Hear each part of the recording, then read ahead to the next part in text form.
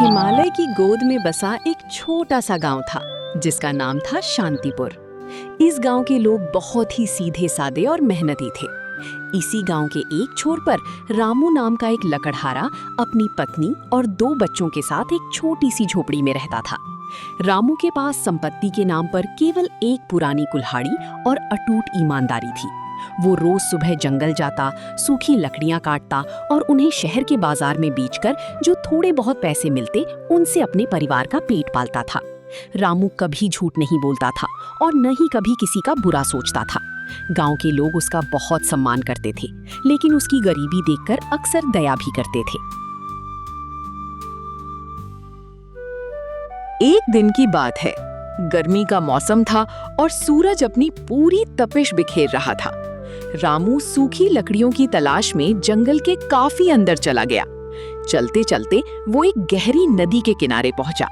वहां उसने एक पुराना सूखा पेड़ देखा जो नदी के बिल्कुल किनारे झुका हुआ था। रामू ने सोचा कि अगर वो इस पेड़ की टहनियां काट ले तो उसे शहर में अच्छे दाम मिल सकते हैं। वो पेड़ पर चढ़ा और लकड़ियां काटने लगा।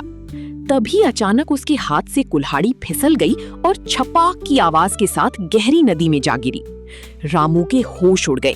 वही कुल्हाड़ी उसकी आजीविका का एकमात्र साधन थी। वो पेड़ से उतरा और नदी के किनारे बैठकर फूट फूट कर रोने लगा।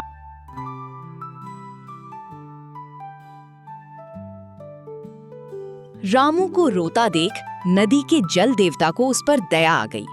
अचानक नदी के बीच से एक दिव्य प्रकाश प्रकट हुआ और जल देवता बाहर आए। उन्होंने मधुर स्वर में पूछा, पुत्र, तुम क्यों रो रहे हो? रामू ने हाथ जोड़कर अपनी पूरी व्यथा सुनाई। देवता मुस्कुराए और बोले, घबराओ मत, मैं तुम्हारी मदद करूंगा। देवता ने नदी में गोता लगाया और बाहर निकलते समय उनके हाथ में एक सोने की कुल्हाड़ी थी। उन्होंने पूछा, क्या ये तुम्हारी है? रामू ने ईमानदारी से सिर हिलाया और कहा, नहीं प्रभु, ये मेरी नहीं है। देवता फिर अंदर गए और इस बार एक चांदी की कुल्हाड़ी लेकर आए। रामू ने फिर मना कर दिया। अंत में देवता ने रामू की पुरानी लोहे की कुल्हाड़ी निकाली। उसे देखते ही रामू खुशी से उछल पड़ा और बोला, हाँ प्रभु, यही मेरी कुल्हाड़ी है।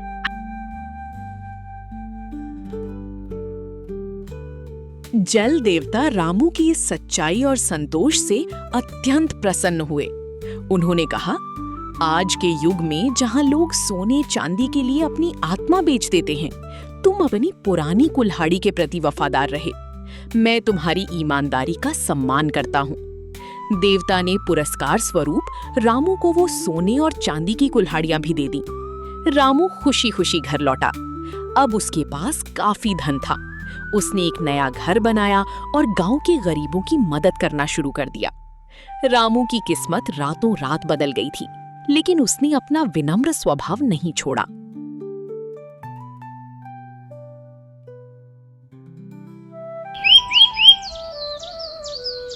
रामू की तरक्की की खबर पूरे गांव में फैल गई। गांव में एक धनी लेकिन बहुत ही लालची व्यापारी रहता था जिसका नाम था धर्मदास। जब उसने सुना कि रामू को नदी से सोने की कुल्हाड़ी मिली है तो उसके मन में लालच जाग उठा। उसने सोचा, अगर वो मूर्ख लकड़हारा अमीर बन सकता है तो मैं क्यों नहीं? मैं तो उससे भी ज्यादा धनवान बन जाऊंगा। धर्मदास ने तुरंत योजना बनाई।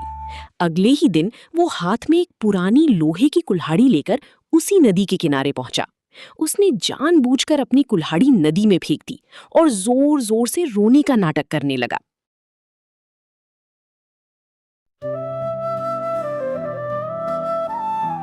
लालची व्यापारी को रोता देख जल देवता फिर प्रकट हुए।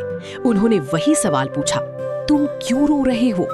धर्मदास ने आंसू बहाते हुए कहा, महाराज, मेरी कुल्हाड़ी पानी में गिर गई है, मैं बर्बाद हो गया। देवता फिर पानी में गए और एक चमचमाती सोने की कुल्हाड़ी बाहर निकाली। उसे देखते ही धर्मदास की आंखें चमक उठी। उसने बिना सोचे समझे चिल्लाकर कहा, हाँ, यही मेरी कुल्हाड़ी है, इसे जल्दी मुझे दे दो। देवता के चेहरे पर कठोरता आ गई। उन्होंने कहा, तुम झूठ बोल रहे हो, ये तुम्हारी कुल्हाड़ी नहीं है। तुम केवल लालच के वश में होकर यहाँ आए हो। इतना कहकर देवता और सोने की कुल्हाड़ी दोनों गायब हो गए। धर्मदास अपनी पुरानी कुल्हाड़ी भी खो बैठा और खाली हाथ घर लौटा।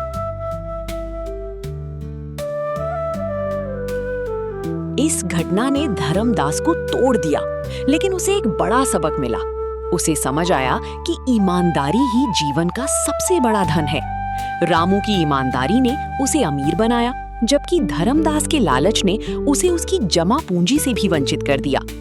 गांव के लोगों ने इस कहानी से सीखा कि जो हमारे पास है उसमें खुश रहना चाहिए और कभी भी दूसरों की सफलता देखकर गलत रास्ता नहीं अपनाना चाहिए।